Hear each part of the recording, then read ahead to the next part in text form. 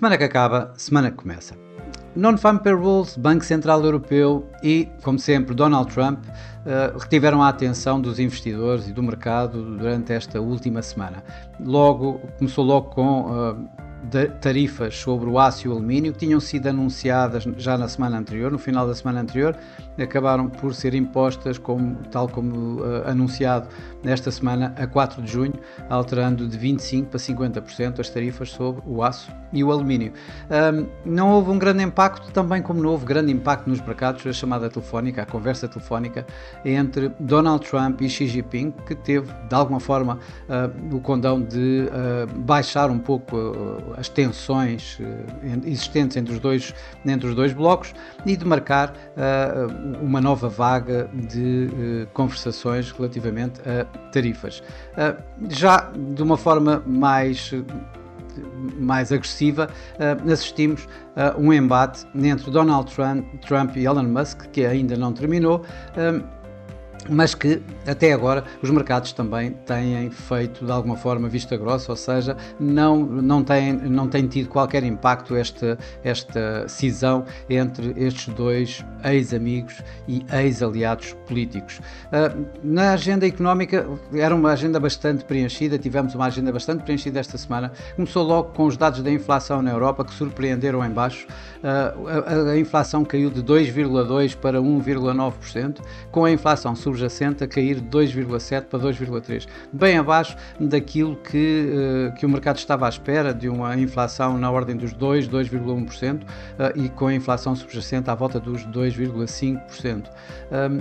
Por outro lado, tivemos dados da economia norte-americana, muitos, nomeadamente os dados do ISM, que saíram abaixo do esperado, mas os mercados estavam à espera, essencialmente, os dados do mercado de trabalho. Começaram bem, as vagas de emprego saíram acima do que o mercado esperava. Já os números privados do emprego foi uma desilusão, caíram dos 60 mil novos postos de trabalho para 37 mil este mês, o que levou de imediato, inclusive, a Donald Trump a exigir quase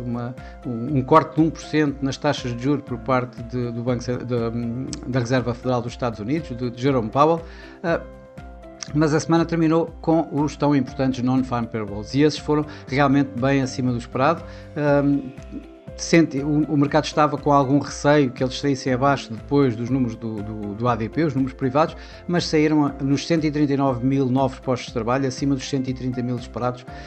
e, digamos, a outra parte má ou menos boa foi uma revisão em baixa dos últimos números de 177 mil para 147 mil.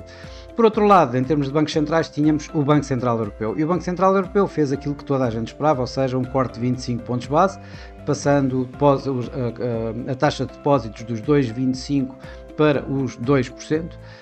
As projeções do staff vieram também um pouco abaixo das projeções de março, também como o mercado esperava, nomeadamente na inflação, que já colocam a inflação nos 2% durante este ano, o que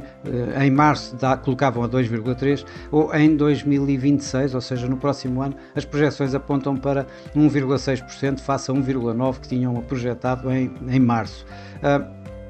Isto poderia-se considerar um evento de dovish por parte do Banco Central Europeu. No entanto, a comunicação de Christine Lagarde foi bastante mais hawkish. Acabou por dizer que estava perto do fim do ciclo, se não já no fim do ciclo, que apontou para uma pausa, talvez prolongada, da redução do corte de taxas de juros, com o mercado agora a apontar sim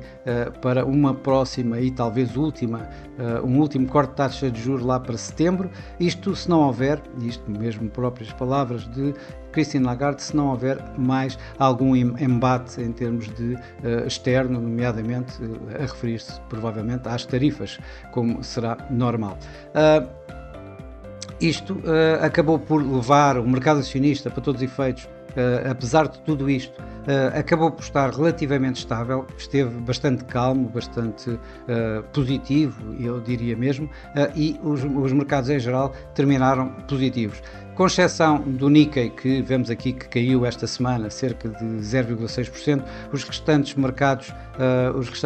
na Ásia terminaram positivos, tais como terminaram positivos os europeus e os americanos, com o SP500 aqui à volta de 1,5% e o Eurostoxx um pouco acima, o Eurostoxx 50 um pouco acima de 1%. Por cá, o PSI esteve em linha com os seus pares, ganhou aqui um pouco menos de 1%, suportado, digamos, por os ganhos da Galp, que esteve aqui esta semana com um ganho à volta dos 9% e pressionado, por outro lado, pelo Jerónimo Martins, que foi o título que mais caiu dentro do PSI e caiu aqui cerca de 3%. O mercado cambial também teve alguma volatilidade, embora bastante contida, e teve aqui assim alguma consolidação nestes últimos níveis. O dólar teve alguma flutuação em baixa.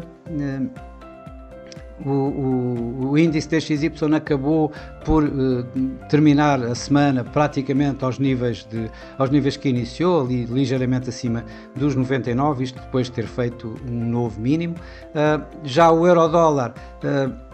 que começou também a semana em alta, impulsionado pelas perdas do dólar, acabou por fazer um máximo muito perto de 1,15, impulsionado exatamente pelas palavras mais óquis de Christine Lagarde, mas acabou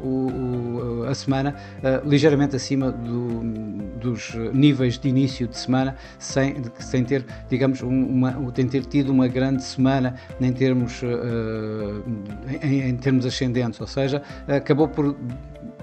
terminar à volta de 1,14, ligeiramente abaixo de 1,14, depois de ter começado a semana à volta dos 1,1350. Esta semana também vimos com, digamos, algum sentimento de risco a voltar aos mercados. Vimos de alguma forma tanto o franco suíço como o iene japonês a recuar dos recentes máximos, dos recentes ganhos que tinham vindo a fazer. O dólar Canadá registou perdas, ou seja, o dólar canadiano acabou por ter alguns ganhos durante esta semana, isto depois do seu Banco Central ter mantido inalterada a sua taxa de juros, dando, digamos aqui assim, mais algum suporte à sua própria moeda. Os mercados emergentes também ganharam alguma coisa com este sentimento de risco ligeiramente melhorado, e onde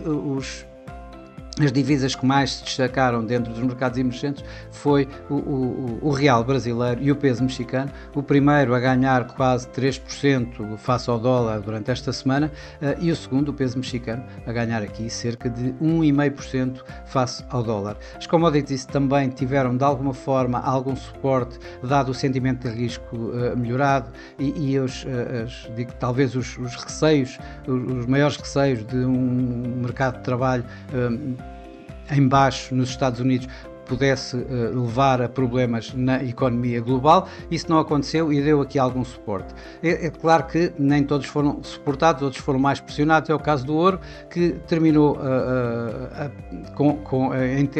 à volta dos níveis de abertura da semana, depois de ter ganho alguma coisa depois de ter negociado em alta com algumas agitações, com alguma volatilidade a subir no mercado, em torno das tarifas e em torno das tensões geopolíticas, acabou por perder depois de uns bons números dos non-farm payrolls, ou seja, quando surpreenderam o mercado em alta, e isso acabou por levar o ouro a terminar praticamente aos níveis de abertura. Já o petróleo, depois de